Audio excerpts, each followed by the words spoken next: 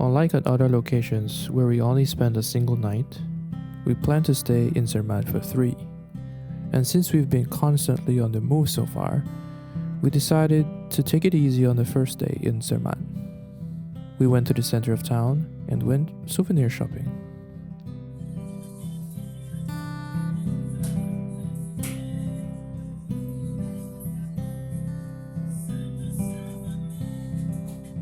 And of course, a Swiss vacation wouldn't be complete without shopping for chocolate.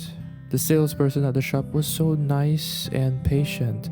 She gave us samples, passionately introduced each flavor, and gave recommendations. The service was top notch. My only regret was not buying more chocolate. Zermatt is so beautiful. No matter where you look, everything is so picturesque.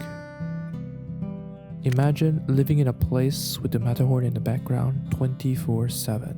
But despite all the beauty, I did find something kind of odd. As we walked down the central street, we noticed a lot of the shops and restaurants were closed. I'm sure there's a really good reason for this, but after spending 15 years in Taiwan, a place with 24-hour convenience stores on almost every street, it's hard to wrap my head around a cafe not opening up until 1 p.m.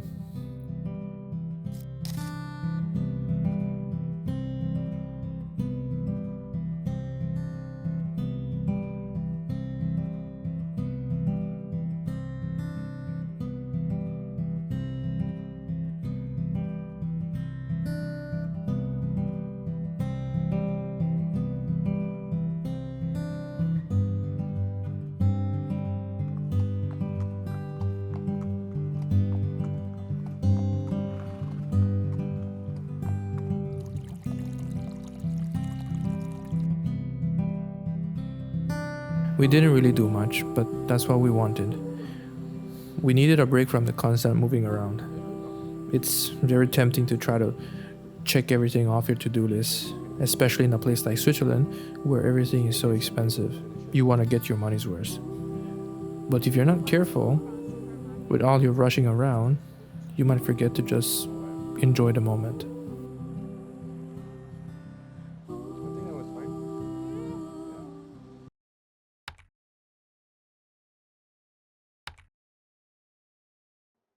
After a homemade breakfast, we set out for Glacier Paradise. Luckily for us, the Matterhorn gondola station was just a 5-minute walk from our apartment.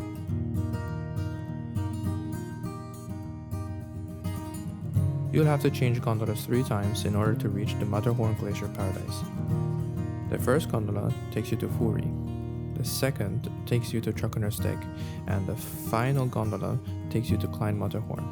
On your way up, you'll get to see a bird's eye view of Zermatt village and a view of the rough, rocky alpine landscape.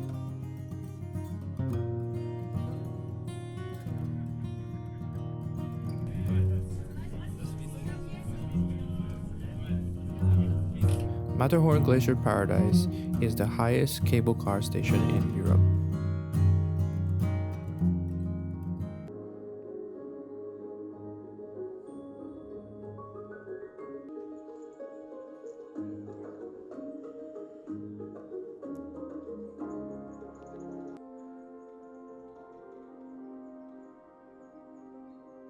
It's a popular spot for skiing and snowboarding all year round.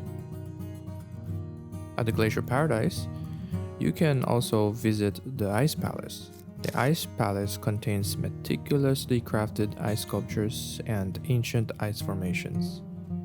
There are soft lighting effects and relaxing music which creates a soothing experience. After wandering around the Ice Palace, we had lunch at the highest mountain restaurant. The restaurant has wide panoramic windows that offer stunning views of the Alps. Unlike at Grindelwald, we decided to order authentic Swiss food. We got rosti with tomato, cheese, and fried eggs.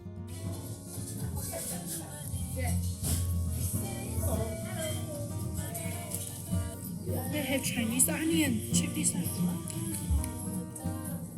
After lunch, we decided to head back to town, but made a brief stop at Trockensteig. A lot of skiing happens here, of course, but I'm more interested in something else.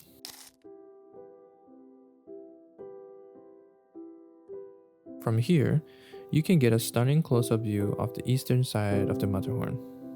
What's more, I should be able to fly my drone here. Hopefully, I could find a safe place to fly my drone. Trockennersteg is the start of the Matterhorn Glacier Trail, which is 6.6 kilometers long and ends at Svartsee. If I'm not mistaken, you can hike all the way down to Zermatt from here. But I think I read somewhere that the trail would take about 6 hours to complete. So, yeah, we're not doing that.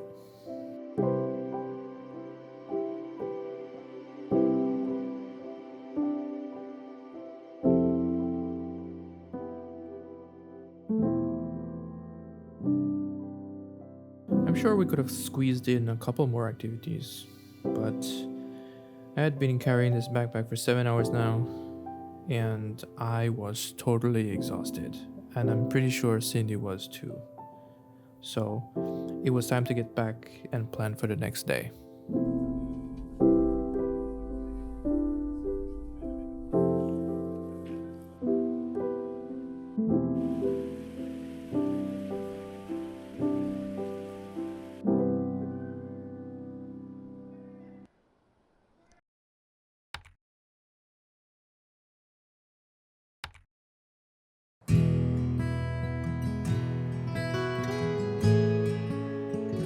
Originally, we had planned on taking the Gunnergrad Railway up to visit Riffelsee before heading back to Zurich.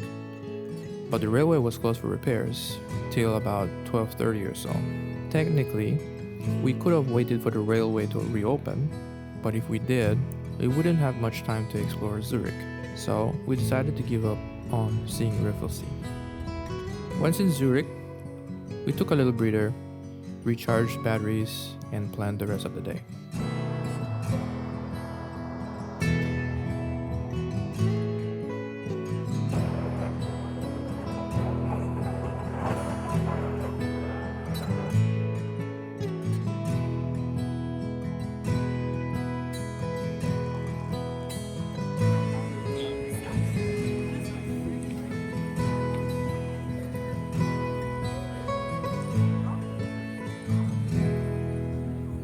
It was almost noon and we were getting hungry, so we decided to grab some lunch at the famous Zeughauskeller.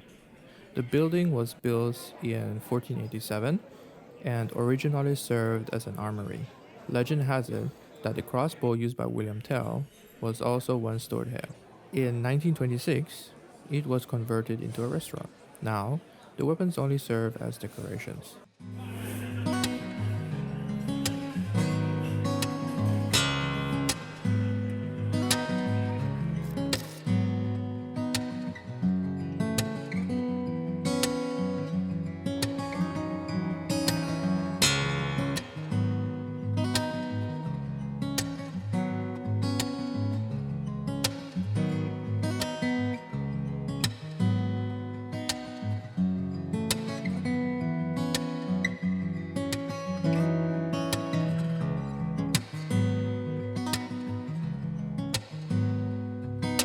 Grossmünster is one of Zurich's most iconic landmarks. The church was completed in the early 13th century and was built in a Romanesque style.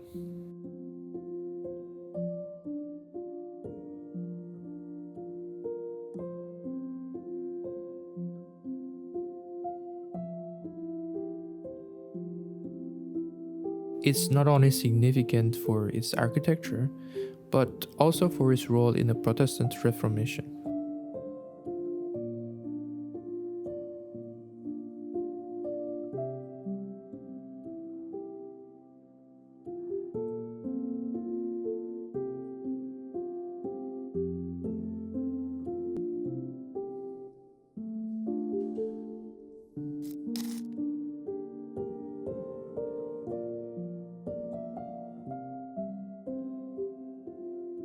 And just like that, a week in Switzerland was over. I have to admit that although Murphy's Law had its way with me in the beginning, the trip turned out pretty well. Sure, I didn't get to see or do everything I'd wanted, but I still feel blessed for all the good memories we'll be taking home with us. This might have been our first time in Switzerland, but hopefully, it won't be our last.